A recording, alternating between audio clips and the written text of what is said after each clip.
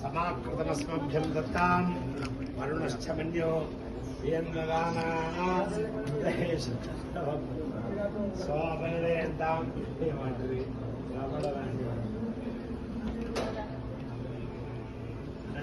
भूतां प्रेतां पिशाचां बद्धां ब्रह्मा राक्षसां यमदूतां सकलारिष्टां दोषां पीडां परिहारार्थं नरदोषां निवारणार्थं द्वारबन्धां कूष्माण्डां बलिं ददामि टिप्पण्डि संसृष्टं धनमुपयं समाकृतां मस्मभ्यं दत्तां वरुणश्च मन्युः प्रियं ददानां हृदयेषु क्षत्रमपराजितां सो अपनिलयन्तां सरिदिपु ध्रुवं ते राजा वरुणो ध्रुवं देवो ध्रुवन्त इन्द्रश्चाग्निश्च राष्ट्रं धारयतां ध्रुवं బయటకు రా కాయటి దింపు ఇది దింపు ఇక్కడ కొట్టాలి కాయచ్చు ఈ ముక్క ఇప్పుడు చేతి అక్కడ పెట్టు ఇప్పుడు చేతి అక్కడ పెట్టు ఎటు చేయి ఇక్కడ పెట్టు పసుపు తీసుకో ముందు పసుపు పోయి ధ్రువంతే రాజా వరుణో ధ్రువం దేవో బృహస్పతి ధ్రువంత ఇంద్రశ్చాగ్నిశ్చ హస్తం ధారయతాం ధ్రువం సుముహూర్తకాలే సూర్యాధీనాం ఉపమై నవానాం గ్రహాణాం అత్యంతాం ఆనుకూల్యతా ఫలసిద్ధిరస్తు.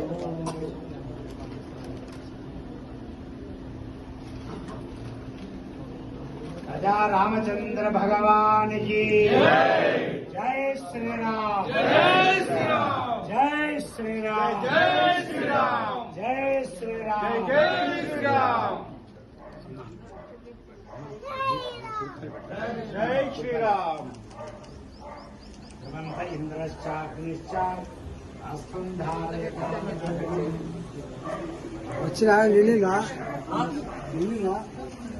నిన్నగా మోటార్ ర్యాలీ ద్వారా మేడ్చల్ కలెక్టరేట్ వరకు అందరి సహకారంతో ఇవాళ మీరంతా మీ సమక్షంలో మీ సహకారంతో మీ ఆశీర్వాదంతో నామినేషన్ వేసే హక్కు ఉంది కాబట్టి దయచేసి అన్ని జిల్లాల అధ్యక్షులు వచ్చిండ్రు, అదేవిధంగా గౌరవ కార్పొరేటర్లు వచ్చిండ్రు, సీనియర్ నాయకులు కూడా వచ్చింది కాబట్టి దయచేసి అందరికందరం ఇవాళ మేడ్చల్ కలెక్టరేట్ వరకు సైకిల్ మోటార్ కార్ ర్యాలీలో వెళ్ళి నామినేషన్ వేసుకుందాం. రేపు మల్కాయి గడ్డ మీద ఎగిరే జెండా కాషాయ జెండా, గెలిచే పార్టీ భారతీయ జనతా పార్టీ. దాన్ని ఆపగలిగే దమ్ము రెండు పార్టీలకు లేదనేది రేపు 13వ తారీఖు నాడు ఎన్నికలైందో తెలుస్తుంది. ఎందుకంటే దొంగ సర్వే రిపోర్టులతో రకరకాల కన్ఫ్యూజ్ చేసే ప్రయత్నం చేస్తా ఉన్నారు. నేను అంటున్నా మల్కాజ్గిరిలో సర్వే సంస్థల అంచనాలకు అందకుండా ఏకపక్షంగా మల్కాజ్గిరి ప్రజానికం అంతా కూడా ఎప్పుడు ఎన్నికలు వస్తాయో, ఎప్పుడు మోడీని గెలిపించుకుందాం, ఎప్పుడు భారతీయ జనతా పార్టీని ఓటేస్తాం, ఎప్పుడు ఈటలకు ఓటేద్దాం చెప్పి ఎదురు చూస్తూ ఉన్నారు. నా 22 సంవత్సరాల నా చరిత్రలో ఇవాళ అనేక వర్గాల కోసం పోరాటం చేసిన దాంట్లో నేను ఫ్రంట్ భాగంలో ఉన్నా. నా అంగన్వాడీ టీచర్లు కావచ్చు, నా అంగన్వాడీ ఆయాలు కావచ్చు, నా ఆశా వర్కర్లు కావచ్చు, నా గ్రామ కార్యదర్శులు కావచ్చు, నా సెకండ్ ఏఎన్ఎంలు కావచ్చు, నా ఆర్టీసీ కార్మికులు కావచ్చు, అదేవిధంగా నా బీఆర్ఏలు కావచ్చు, నా బీఆర్ఓలు కావచ్చు, రెవెన్యూ ఉద్యోగులు కావచ్చు, నా టీచర్లు కావచ్చు, ప్రభుత్వ రంగంలో పనిచేసే ఏ ఉద్యోగం కావచ్చు కాక ఎక్కడ టెంట్ ఉంటే, ఎక్కడ ఉద్యమాలుంటే ఆ ఉద్యమంలో గొంతు ఎత్తిన బిడ్డ ఈటలా అని చెప్పి మనం చేస్తా ఉన్నా.